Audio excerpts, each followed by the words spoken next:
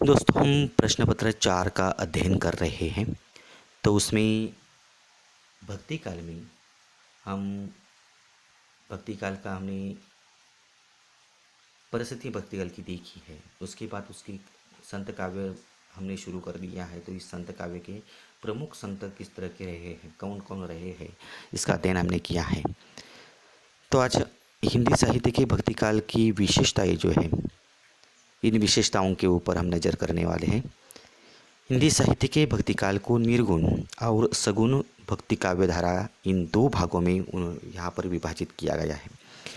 इस काल में निर्गुण भक्ति पद्धति अत्यधिक प्रभावित रही है। निर्गुण भक्ति धारा में दो शाखाएं विकसित हुई, एक है ज्ञानश्री शाखा और दूसरी है प्रेमा मार्गी शाखा।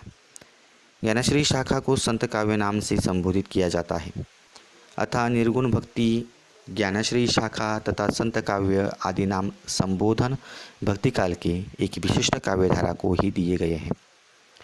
इसके प्रवर्तक संत कबीर माने जाते हैं। इस काव्य की यह विशेषता मानी गई है कि इसमें कहीं पर भी कृत्रिमता नहीं दिखाई देती। इसमें सहज प्राकृतिक सौंदर्य है जो मानसिक या मन मस्तिष्क को एक साथ हर लेता है। संत साहित्य में अधिकतर आध्यात्मिक विषयों की अभिव्यक्ति हुई है। निर्गुण संत काव्य के में अनेक धार्मिक संप्रदायों के प्रभावों को ग्रहण किया है। यह साधना तथा काव्य वैभव दोनों दृष्टि से बहुत ही संपन्न है। संत कवियों की विचारधारा निजी ज्ञान और अनुभूतियाँ पर आधारित है। इस काव्यधारा की सामान्य प्रवृत्तियाँ एवं सामान्य विशेषताओं का विवेचन हम इस तरह से करेंगे। इसमें पहली विशेषता है निर्गुण ईश्वर में विश्वास। सभी संत कवियों ने ईश्वर के संबंध में अपने विचार उन्होंने व्यक्त किए हैं। सभी वर्णों और समुचित जातियों के लिए वह निर्गुण एक मात्र ज्ञानगम्य है, वह अभिगत है। वेद पुराण तथा स्मृतियाँ जहाँ तक नहीं पहुँच पाती वहाँ तक वे पहुँचते हैं। मन निर्गुण जप हो रे भाई, अवगत की गति लखी न जाई। ये संत कवि सूर और तुलसी के समान सगुण निर्गुण और समन्वयवादी माने जाते हैं। संत कबीर एवं संत कवियों के अनुसार ईश्वर का अत्यंत सूक्ष्म रूप वह है दिखाई देता है नहीं देता। जिस प्रकार कोई पुष्प है परंतु उसमें समाहित गंध नहीं दिखाई देती, उसी प्रकार ईश्वर घर घर में विराजित है, विराजमान है। वह प्रत्येक मनुष्य के हृदय में वास करता है। दूसरा है जाति पाति का विरोध। निर्गुण संत कवियों ने जाति पाति का विरोध यहाँ पर किया है। मध्ययुगकालीन समाज में वर्ग भेद तथा जाति भेद का अधिक प्राबल्य था। फिर संत कबीर ने इनका कसकर विरोध उन्होंने किया। संत कबीर बुद्ध की समतावादी दृष्टि के पुरस्कर्ता थे। उनके अनुसार न कोई छोटा है न कोई बड़ा है। ईश्वर की पूजा तथा आराधना करने का अधिकार प्रत्येक मनुष्य मात्र को है। इस दृष्टि में भगवत भक्ति में सबको समान अधिकार है। कबीर के अनुसार जाति पाति पूछे नहीं कोई, हरि को भजे सो हरि का हुई।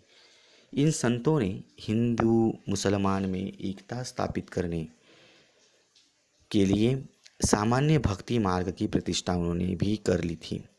इस भेद के निवारणार्थ इनके स्वर में प्रमुखता और कटुता आई है। गुरु का महत्व यानी सदगुरु का महत्व। संत कवियों ने अपनी रचनाओं में गुरु को अधिक महत्व दिया। उनके अनुसार गुरु ही सर्वश्रेष्ठ है। उन्होंने गुरु को ज्ञानी बताते हुए ईश्वर से अधिक महत्व दिया है। गुरु का महत्व को स्पष्ट करते हुए कबीरदास ने लिखा है कि गुरु गोविंद दो खड़े काके लागू पाई, बलिहारी गुरु आपने जीन गोविंद दियो बताई। इन कवियों का विश्वास है कि राम की कृपा भी तभी होती है जब गुरु की कृपा होती है।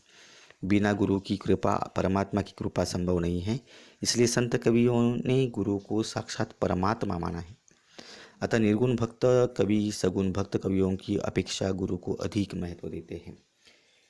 यहाँ रूढ़ियों और आडंबरों का विरोध जो है, सभी निर्गुण संत कवियों ने रूढ़ियों, मिथ्या आडंबरों तथा अंधविश्वासों की उन्होंने कटु आलोचना की है। इन कवियों ने तत्कालीन समाज में पाई जाने वाली इन कुप्रवृत्तियों का डटकर उन्होंने विरोध किया। इन्होंने मूर्ति पूजा, धर्म के नाम पर की जाने वाली हिंसा, तीर्थ, व्रत, रोजा, नमाज, हज यात्रा आदि बाह्याडंबरों का डंके की चोट पर उन्होंने विरोध किया है। इन्होंने निर्भयता से तत्कालीन समाज को सही रास्ता दिखाने का प्रयास किया तथा तत्कालीन धर्म और संप्रदायों में निहित झूठी मान्यताओं का उन्होंने विरोध किया। दोस्तों, परिणामतः संत कवियों को हिंदू तथा मुसलमान दोनों की ओर प्रताड़ना यहाँ पर झेलनी पड़ी। प्रायः इन्होंने अपने युग के वैष्णव संप्रदाय को छोड़कर शेष सभी धर्म संप्रदाय की कटु आलोचना की है। बकरी पाती खात है ताकि काढ़ी खाल, जेक जन बकरी खात है तीन को कौन हवाल। अगला है जो रहस्यवाद है। निर्गुण संत कवियों में रहस्यवाद की भावना मुख्य रूप से दिखाई देती है। रहस्य की दृष्टि से इनका साहित्य जो है वह अनुपम साहित्य माना जाता है। संत संप्रदाय में प्रेमासक्ति और रहस्यमयता की प्रवृत्ति विट्ठल संप्रदाय से आई है। प्रणयाभूति के क्षेत्र में पहुंचकर ये खंडन मंडन की प्रवृत्ति को भूल जाते हैं और इनका मृदुल हृदय तरल हो जाता है। विरहानुभूति की अभिव्यक्ति में इन्हें पर्याप्त सफलता मिली है। संत काव्य में मुख्यतः अलौकिक प्रेम की अभिव्यंजना हुई, जिससे रहस्यवाद भी संज्ञा दी जाती है। साधना के क्षेत्र में जो ब्रह्म है, साहित्य के क्षेत्र में वही रहस्यवाद है। संतों का रहस्यवाद शंकर के अद्वैतवाद से प्रभावित है। यानी जल में कुंभ, कुंभ में जल, बाहर भीतर पानी, फूटा कुंभ जल जल ही समाना, यह तत कथो बयानी। संत कवियों के रहस्यवाद पर योग का स्पष्ट प्रभाव है, जहाँ की इंगला पिंगला और सहस्त्रदल कमल आदि प्रतीकों का प्रयोग यहाँ पर हुआ है। अतः दोनों प्रकार की ब्रह्मानुभूति योगात्मक रहस्यवाद के अंतर्गत आएगी। इनमें विशुद्ध भावात्मक रहस्यवाद भी मिलता है, जहाँ प्रणयानुभूति की निश्चल अभिव्यक्ति यहाँ पर हुई है। इसके और भी जो विशेषताएं हैं, जिसमें बहुदेववाद तथा अवतारवाद का विरोध है। भक्तिकालीन निर्गुण संत कवियों ने बहुदेववाद तथा अवतारवाद का विरोध किया है। इन्होंने इस भावना का निर्भीकतापूर्वक खंडन किया है। इसका कारण राजनीतिकता का परिणाम तथा शंकराचार्य के अद्वैत का प्रभाव। शासक वर्ग मुसलमान एकेश्वरवादी था। हिंदू मुसलमान धर्मों में विदेशाग्नियों को शांत कर एकता स्थापित करने के लिए इन कवियों ने एकेश्वरवाद का संदेश देकर बहुदेववाद तथा अवतारवाद का उन्होंने विरोध किया। इसके बाद है जो वह लोक भजन तथा नामस्मरण है। लोक संग्रह की भावना है। भजन तथा नामस्मरण में निर्गुण संत कवियों ने भजन तथा नामस्मरण को उन्होंने महत्व दिया है। भजन तथा नामस्मरण के संबंध में उनकी यह धारणा है कि भजन, कीर्तन या नामस्मरण मन ही मन में होना चाहिए, उसमें किसी भी प्रकार का दिखावा, ढोंग न हो। भजन तथा नामस्मरण से परमेश्वर की प्राप्ति होती है। हर व्यक्ति को भजन, कीर्तन तथा नामस्मरण करने का अधिकार है। वह अगर सच्चे मन से ईश्वर का स्मरण करता है तो उसे उसकी प्राप्ति संभव है। इस संबंध में कबीर का कहना है, पोती पढ़ी पढ़ी जिगम वहाँ पंडित भयान कोई, ढाई आखर प्रेम के पढ़े सो पंडित हुई। लोक संग्रह की भावना, यह अगली विशेषता है इसकी। निर्गुण संत कवि पारिवारिक जीवन जीने वाले व्यक्ति रहे हैं।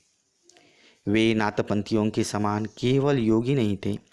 यही कारण है कि इनकी वाणी में जीवनगत अनुभव की सर्वांगीणता संतों की साधना में वैयक्तिकता की अपेक्षा सामाजिक अधिक है।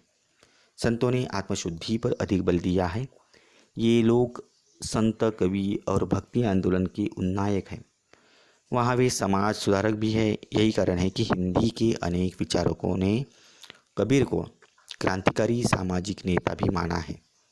कृष्णधारा के कवियों के समान संत कवियों ने समाज से अपनी आंखें नहीं फिरा ली। संत काव्य में उस समय का समाज प्रतिबिंबित है। इनकी समस्त वाणी का सार ही कर्मण्यता है।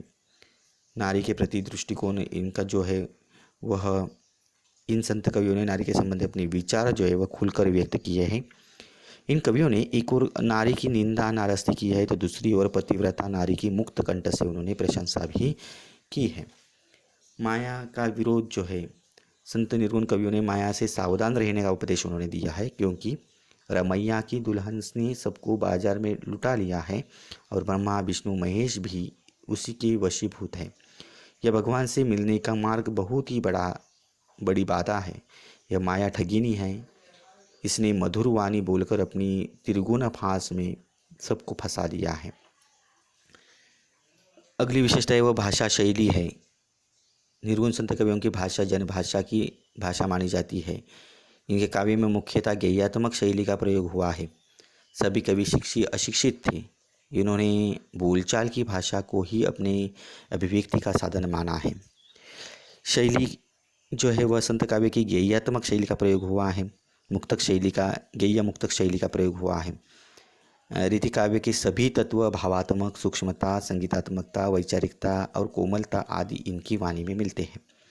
अलंकारों में देखा जाए तो रूपक, उपमा, उत्प्रेक्षा, दृष्टांत, समासोक्ति, अन्योक्ति, वक्रोक्ति आदि का चित्रण प्रयोग इसमें हुआ है।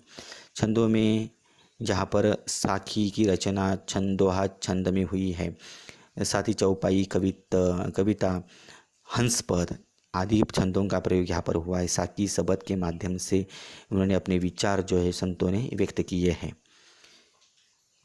तो संत काव्य धारा में जो हमने देखा है पूरी विशेषताओं को, तो इन विशेषताओं को आप ध्यान से सुनिए और लिख लीजिए, अपने नोट्स तैयार करिए।